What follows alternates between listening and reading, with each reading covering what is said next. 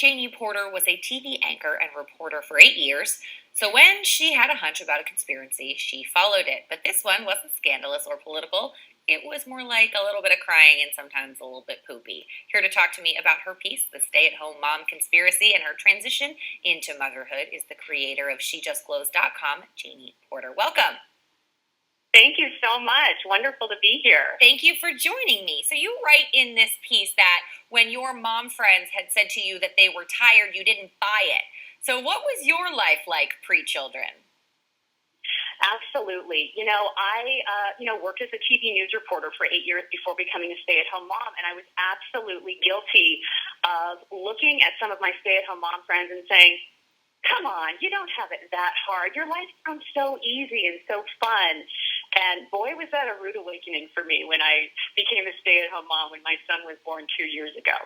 So now explain to me the conspiracy theory. Is this just new moms not realizing how hard motherhood really is? You know, what I think it is, so many moms in particular, and as a stay-at-home mom, that's who I'm talking about. You feel like you can't complain because I think specifically when you're a stay-at-home mom, generally there's been some sort of sacrifice so that you can stay home, whether it's your husband working another job or you giving up your career. You have friends who maybe want to stay home but can't.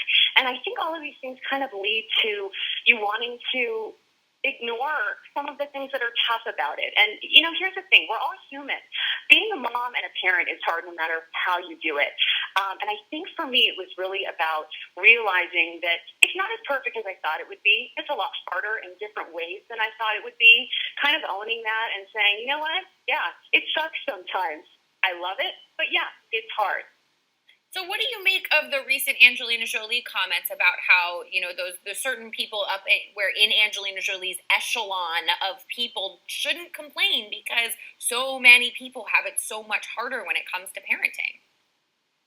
I think she makes a good point. I love any time a mom is giving other moms props and saying, hey, I have help, and I may not have it as hard as some other moms. There's a lot of the comments on my story, since it's been posted a few days ago, are kind of those mommy wars. We've got some, full-time working moms who said, well, what I do is so hard too. It absolutely is.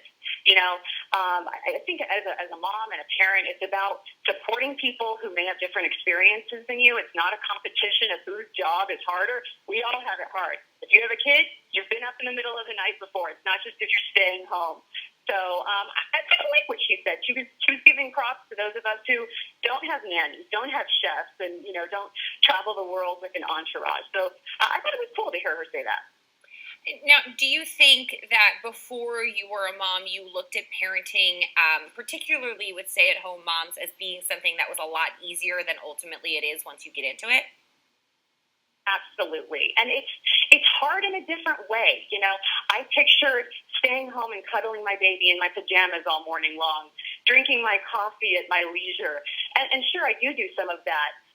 But a lot of the parts about it that I find challenging are the parts that no one sees.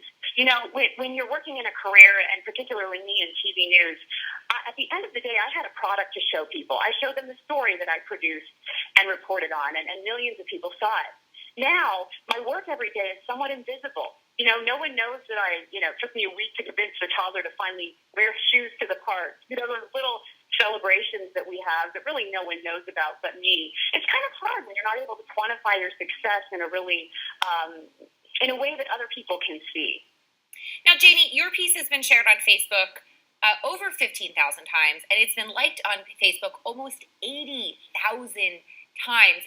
Why do you think people are reacting to this piece, the way they are, particularly because you make the note of, as a stay-at-home mom, you feel like you can't really complain. So is this a lot of those stay-at-home moms out there saying, I get this, I can relate to this? A lot of people are telling me, oh, that's me. And this is exactly why I started my website, SheJustGlows.com, and why I'm thrilled that this has been shared so many times. My number one goal is just to encourage other women and say, hey, you're not alone. It is hard.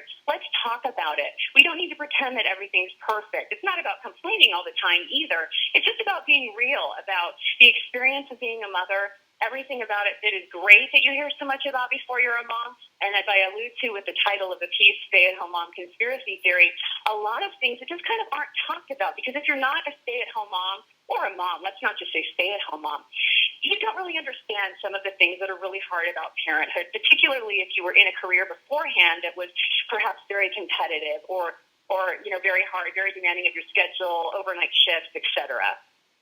Now, you end your piece with the recognition that, like you people who ask how it is to stay at home, won't comprehend the, quote, tired answer. So what do you say to people who ask you about your life with 2 boys under 3?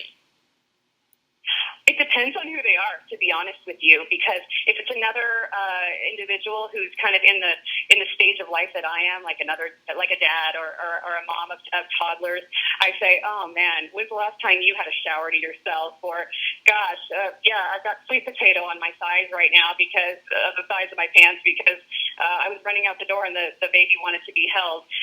But I think it's a matter of the audience. And if it's someone who doesn't have kids, we talk about the great stuff, and there's nothing wrong with that. That's not being fake or phony. It's just being thankful for every day with your kids, and they'll find out eventually what it's like to have little ones and all those little sacrifices that you make as a parent that no one really knows about. Janie, I want to thank you so much for joining me today. My pleasure. Thank you so much. To read her full piece and find out more of her work, check it out in our resource file below.